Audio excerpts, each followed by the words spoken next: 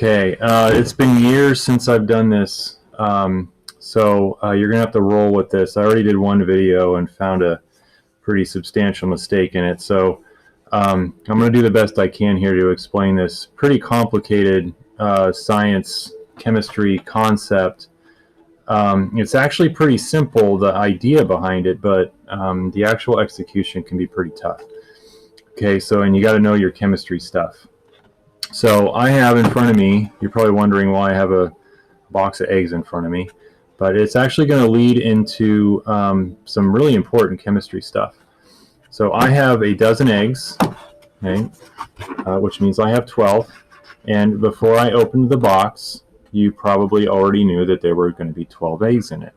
Why is that? Well, because we have all decided as people that the word dozen means 12. Pretty straightforward. Okay, the same thing could be said for something like a foot. This is a foot. Why is it called a foot? Well, because we say it's a foot. And there's 12 inches in a foot. Why are there 12 inches in a foot? Because we say there's 12 inches in a foot.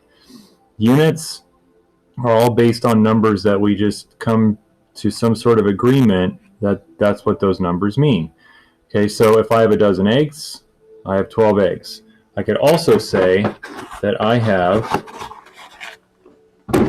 12 framing nails. Those 12 framing nails. Trying to grab stuff that I have in my garage. So I've got 12 framing nails. I could also say that I have a dozen framing nails. And we would all agree that if I said I had a dozen framing nails, that I would have 12. Okay, so there's my 12 framing nails. And right here, I've got 12 tack nails. And I could also say that I have a dozen tack nails. They both say the same thing. Okay, so 12 tack nails, dozen, 12 framing nails, dozen. I have my dozen eggs sitting over there outside the screen. Even without looking at it, you'd know that it's 12. Okay. So now we're going to take that idea and we're going to use some science stuff to make it obviously a little bit more complicated than what we've been going over so far. So I'm going to use my scale right here, my little kitchen scale, because obviously I don't have a triple beam balance with me. So I have my scale, and I'm going to find out how many grams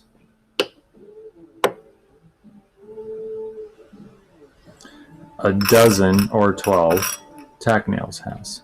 So a dozen tack nails has a mass of 6 grams. You can't see that, but it says 6. Okay, so I'm going to write that down on my whiteboard here just so I don't forget. So 12 tack nails, 12 tack equals 6 grams. Okay, I could also say 1 dozen tack nails has a mass of 6 grams, okay, because it's the same thing. This concept right here is going to be crazy important. Okay, so I know it seems really simple now, but this is going to be like the foundational stuff for what we're going to be going over during the video. So I'm also going to do my 12 framing nails. So here are my framing nails. Oop, out of there. Okay, and I have that. And so 12 framing, I'll just put frame, is 89 grams. Okay, and you can't see that, but that's what it says. And then I can also say 1 dozen is 89 grams. Okay, so I've got those units. Okay, now again, this is going to seem pretty simple and straightforward until we get to the actual chemistry part. So just kind of bear with me. I know you're all super excited to do some chemistry math, but you're going to have to wait. Okay, so I've got my numbers here. Now let's say that I have 2 dozen, or let's make it hard, 5 dozen tack nails. Okay, I've got 5 dozen tack nails, and I want to find out how many grams of tack nails that is. So here's my conversions, okay, up here. So I've got 5 dozen tack nails. Here's my conversion. So 1 dozen is 6 grams. That cancels out. And this is what the last video was on, right? So I've got 5 dozen, 6 grams. I've got 30 grams of tack nails. Oop. Pretty simple. Okay, I can also go, and I'm going to use the framing nail example for this one. Okay, so I've got 12 framing nails. Now let's not use the 12. Okay, let's go. I've got I don't know, 52 framing nails. Okay, I got 52 framing nails. I want to find out how many grams of framing nails I have. Well, I need my conversion. So here's my conversion. 12 framing nails is 89 grams. So 12 framing is 89 grams. That cancels out, and this is where I made the mistake last time. Okay, so what I have to do is take 52 times 89. 52 times 89 is 4,628 grams. All right, because that's the only unit left. I got to take that and I got to divide it by 12. Okay, you got to pay attention to what's on the bottom too. That's how I messed up. So I'm going to take that and divide it by 12. So I take this number right here, divide it by 12. Whoops. 4628 divided by 12. Okay, so I've got, I'll put it down here, 385.7 grams. Now you look and see if that makes sense too. I've got 52 framing nails. 12 of them is 89, right? So yeah, that makes sense. Okay, that would be right. Okay, so that's that. That's how to go from number of tack nails or dozen of tack nails to grams. And you could go back. In fact, let's try that, and I'll try to do it without messing up. So I've got, and I'll just do this once. Because I hope you're kind of getting the idea behind this, but let's say that I have 120 grams of tack nails, and I want to find out how many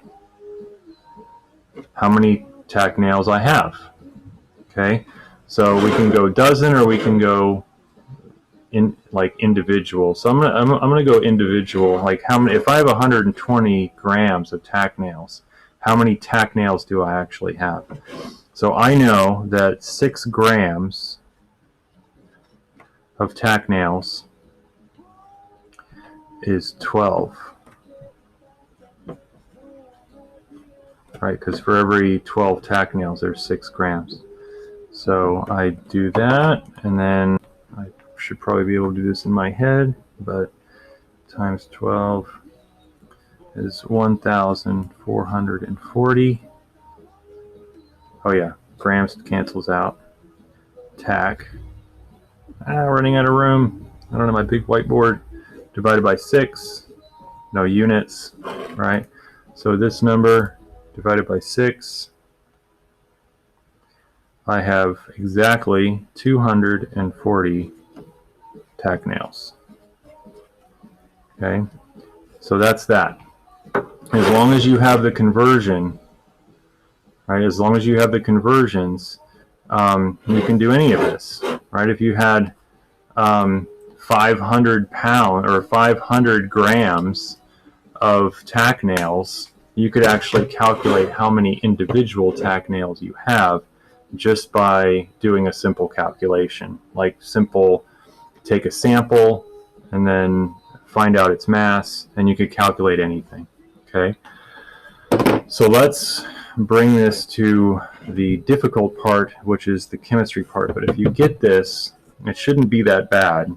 Okay, so let's erase that. Okay, and the first thing you're going to need, I'm going to grab a piece of paper for this. It's the whiteboard thing is kind of bumming me out. Okay, so this is the number we need, okay, or the number that you need. You need Avogadro's number, which is 6.02 times 10 to the 23rd, okay, which is what's called a mole. That is a mole of something. A dozen eggs is 12. Well, 6.02 times 10 to the 23rd is a mole. A mole of what? Atoms. Back in the metric system unit, I said that grams was a measurement of stuff. What's the stuff? It's atoms. And this is how we count atoms. This is an incredibly big number. If you were to write it out, well, let's start over on the left-hand side. You would have to go 6, 1, 2, 3, 4, 5, 6, 7, 8, 9, 10, 11, 12, 13, 14, 15, 16, 17, 18, 19, 20, 21, 22, 23. That is that number. And now you see why we use 10 to the 23rd, because writing this number out every time would be ridiculous. Okay, so a dozen is 12. Why? Because we say so. A mole is 6.02 times 10 to the 23rd. Why? Well, because we say so. Okay, it's just a number, okay, with a unit after it. And just to give you an idea of how big this number actually is, I kind of looked up an example. If you were to cover the Earth with marbles, with this many marbles, it would cover the Earth, but those marbles would cover the Earth, but it would also cover the Earth 4 kilometers thick. So this is not even a comprehensible number. Okay, and we're working with things that are incredibly tiny, which is why we have to use such a big number. To give you an idea of how small atoms and molecules are, I want you to put this into perspective. I have a teaspoon, okay, and if I wanted a representation of how many water molecules are in this teaspoon, if I was to fill it with water, you would have to take this teaspoon, go to the Atlantic Ocean, and count the number of teaspoons in the Atlantic Ocean until it was empty. That number represents the number of molecules of water in this teaspoon. It's not even a comprehensible number, right? But we do need a number to represent number of atoms, and this is that number. Okay. Now we can use this to calculate the amount of stuff that we have, just like we did with the nails and the tacks, right? But in order to do that, we need a periodic table. Okay. So we were doing in the last one, we were doing grams and dozens, and right. So in order to go from moles to mass, we need some sort of mass number to go off of. So we need something that represents the mass, the comparative mass of elements.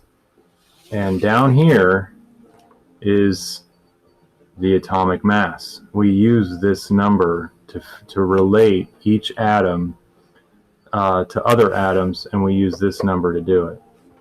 So I'm going to use carbon. Carbon is pretty much the basis for everything, but you'll learn that later. But we're trying to keep it simple here. Okay, so 1 mole of carbon. Okay, so I want you to think about this. This is how it works. If you have 1 mole of carbon, it means you have this many carbon atoms. Okay, how much would that? What would the mass be of this many carbon atoms? It would be 12.01 grams. Now, where did I get this number? It's right there, 12.01. Okay, so If I have 1 mole of gold, that means I have 196, let's just say 197, and hopefully you print it out or have a periodic table in front of you, 197 grams. I'm going to put 0.0 just to, okay, which makes sense because carbon is a lighter element than gold is, right? So if you have this many carbon atoms, it's obviously going to have less mass than the same amount of gold atoms. Okay, I hope that makes sense. Carbon is lighter than gold. Like charcoal is going to have a lighter mass than the same amount of gold. Okay, so to put that like in relationship, right, what we do is we just say this many carbon atoms has that mass, and this many gold atoms has this mass. It's the same thing as the nails. It's the same thing as the nails. Okay, it's just now we're working with bigger numbers. Okay, and we use the word mole because we don't want to write this number all the time. Now we can do conversions, okay, which we did with the nails. It's the exact same thing.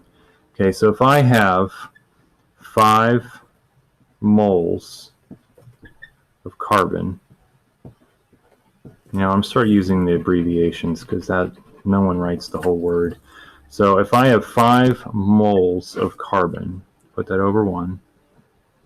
Okay, let's give you a problem. I've got 5 moles.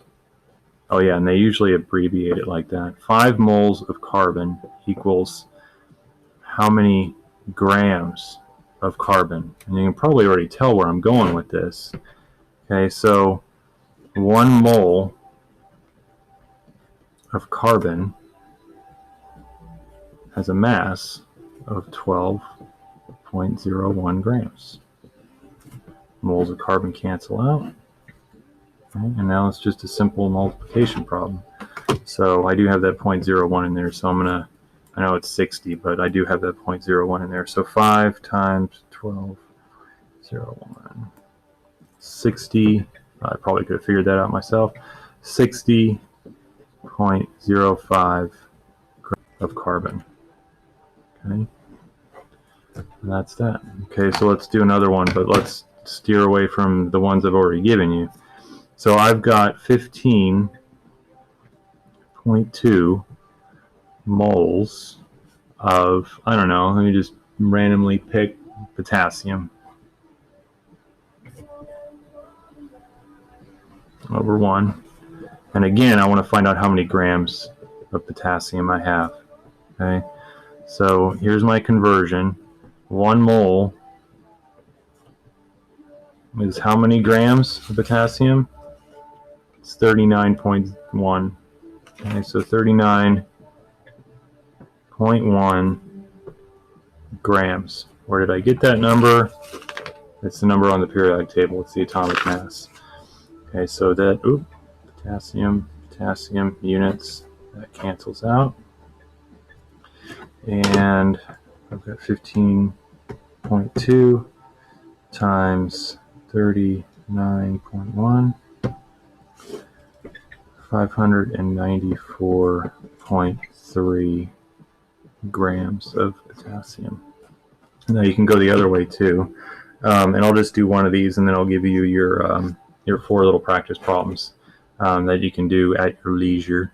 Okay, so I've got 25.3 grams of, let's say, beryllium. Okay, put that over 1. Now remember, you got to remember you're trying to get moles at on the top at the end, so you got to plan that out. Okay, so what we have